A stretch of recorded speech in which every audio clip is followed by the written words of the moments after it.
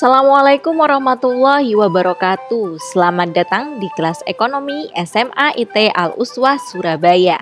Ekonomi mudah dan berdaya guna.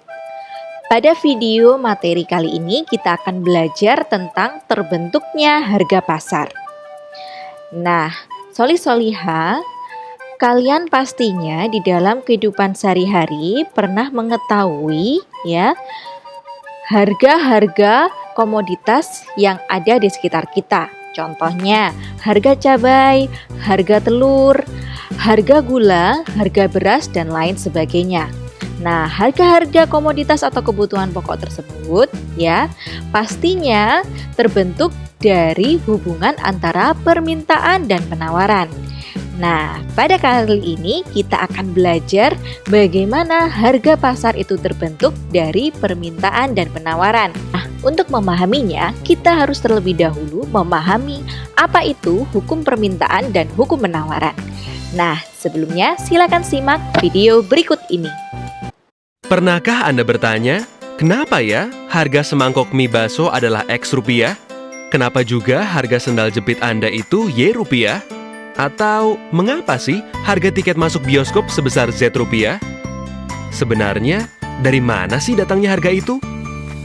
Dari sekian banyak faktor yang mempengaruhi harga, kali ini kita akan membahas salah satunya, yaitu hukum permintaan dan penawaran. Pernahkah Anda mendengarnya? Secara umum, istilah permintaan bisa diartikan sebagai jumlah barang atau jasa yang diinginkan atau dibutuhkan oleh pelanggan.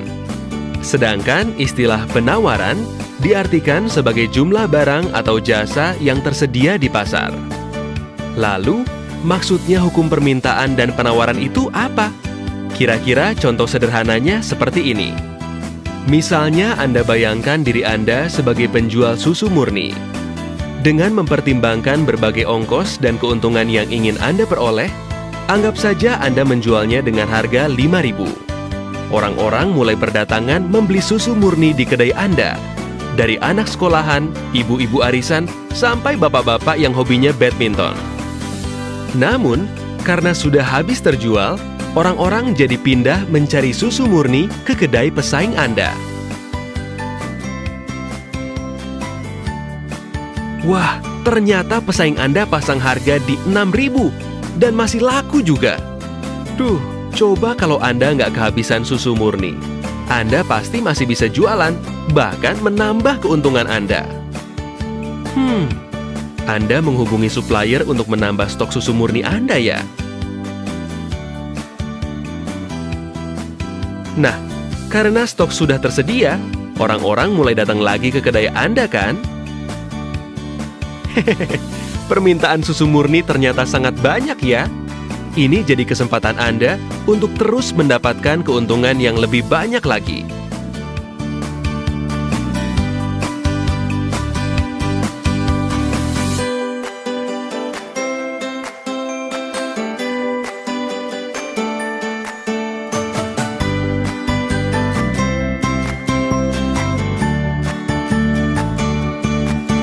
Grafik berikut ini menunjukkan hubungan antara harga dan jumlah penawaran dari sudut pandang pengusaha. Semakin tinggi harga barang, para pengusaha akan terus menambah jumlah barang dagangan untuk mendapatkan keuntungan yang lebih banyak lagi. Hal ini biasa disebut sebagai kurva penawaran. Tapi, di suatu titik, bila harga barang terlalu tinggi, banyak orang yang jadi tidak mampu untuk membelinya.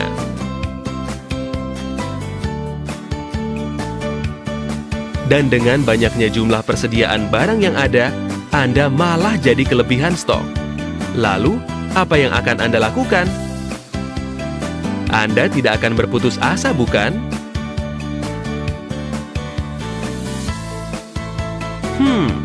Sepertinya menjual dengan harga lebih murah lebih baik daripada tidak ada penjualan sama sekali, bukan?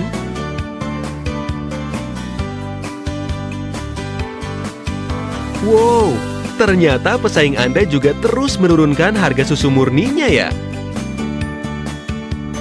Karena penjualan Anda semakin banyak, persediaan susu murni Anda semakin sedikit. Berarti, saatnya untuk menambah stok susu murni Anda lagi nih.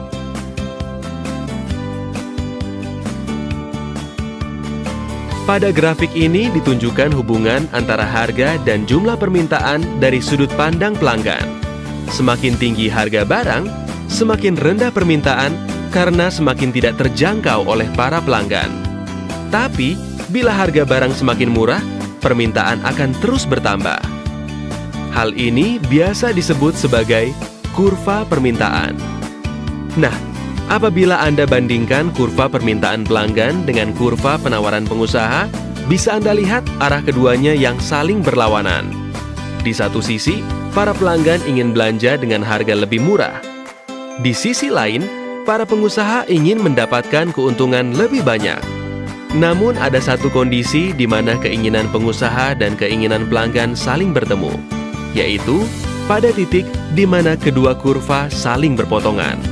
Titik ini biasa disebut sebagai titik equilibrium atau titik keseimbangan harga.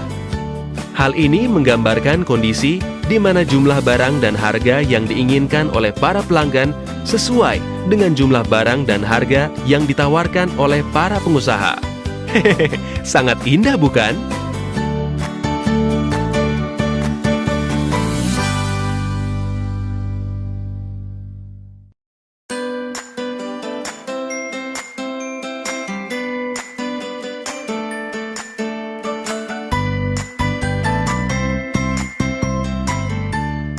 Nah, dari video yang telah kalian simak sebelumnya tadi, dapat kita simpulkan bahwa harga pasar atau harga keseimbangan yang dinamakan dengan equilibrium ini terbentuk dari titik perpotongan antara kurva permintaan dan kurva penawaran.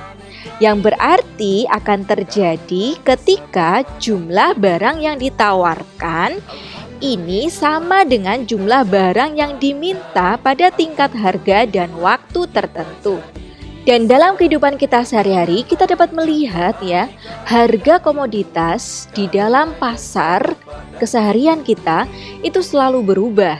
Nah, hal ini disebabkan karena perubahan dari permintaan dan penawaran. Nah, apa saja yang menyebabkan permintaan itu dapat berubah? Permintaan berasal dari jumlah barang yang diminta oleh konsumen. Faktor pertama yaitu perubahan harga. Seperti halnya di dalam kehidupan sehari-hari, apabila harganya yang berubah, maka yang terjadi adalah konsumen akan menaikkan atau mengurangi jumlah permintaannya. Nah, disinilah yang menyebabkan adanya perpindahan titik sepanjang kurva permintaan. Nah, contohnya dapat dilihat di dalam gambar berikut ini, di mana ketika terjadi perubahan harga, maka titik-titiknya bisa berpindah antara dari A, B, C ke D atau sebaliknya. Nah, selanjutnya, adakah faktor lainnya selain harga yang dapat merubah permintaan? Tentunya ada. Apa saja itu? Yang pertama adalah harga barang komplementer atau pelengkap dan barang substitusi atau barang yang dapat menggantikan. Kedua, jumlah pendapatan. Ketiga, jumlah dan karakteristik penduduk. Perubahan tradisi, mode dan selera rakyat. Perkiraan harapan masyarakat. Hari raya keagamaan, contohnya Idul Fitri, Idul Adha, dan lain sebagainya. Dan kondisi sosial serta ekonomi masyarakat. Nah, faktor-faktor inilah yang menyebabkan terjadinya pergeseran atau perpindahan letak kurva permintaan. Bisa ke kanan, yaitu bertambah jumlah permintaannya, atau ke kiri, yaitu berkurang jumlah permintaannya. Sebagaimana gambar berikut ini. Pada gambar berikut, memperlihatkan adanya pergeseran kurva permintaan ke arah kanan, di mana jumlah permintaan meningkat. Nah, pada gambar berikutnya, kurva permintaan bergerak atau berpindah ke arah kiri, di mana menunjukkan adanya penurunan permintaan. Selanjutnya, kita akan belajar apa saja yang menyebabkan penawaran juga dapat berubah. Seperti halnya permintaan, penawaran dapat berubah karena adanya perubahan harga, di mana kondisinya berkebalikan dengan permintaan. Kondisi penawaran dapat berubah apabila harga berubah menjadi meningkat, seperti halnya di dalam gambar berikut ini. semakin tinggi harga, maka barang yang ditawarkan akan semakin meningkat. Dan dapat kita lihat ya, titik akan bergerak dari E, D, C, B, A, dan seterusnya. Hingga bentuk kurva penawaran adalah slope positif. Selain harga, kurva penawaran juga dapat bergerak atau berpindah diakibatkan oleh faktor-faktor berikut ini, yaitu kemajuan teknologi, biaya produksi, persediaan sarana produksi, peningkatan jumlah produsen, peristiwa alam, ekspektasi serta harapan produsen, harga barang dan jasa lainnya. Nah, coba perhatikan gambar berikut ini. Ketika jumlah penawaran mengalami peningkatan, maka kurva penawaran akan bergerak ke kanan. Sementara ketika terjadi penurunan jumlah penawaran, maka kurva penawaran akan bergerak atau bergeser ke arah kiri. Hal ini bisa terjadi karena faktor-faktor yang sudah kita sebutkan sebelumnya. Dapat kita lihat contohnya apabila terjadi perubahan teknologi, maka jumlah penawaran akan bertambah. Maka dari itu, kurva penawaran akan bergeser ke kanan. Itulah contohnya. Demikian pembahasan kali ini. Terima kasih atas perhatiannya. Dan sampai jumpa di video materi selanjutnya yang akan membahas tentang elastisitas. Wassalamualaikum warahmatullahi wabarakatuh. Cita-cita pastikan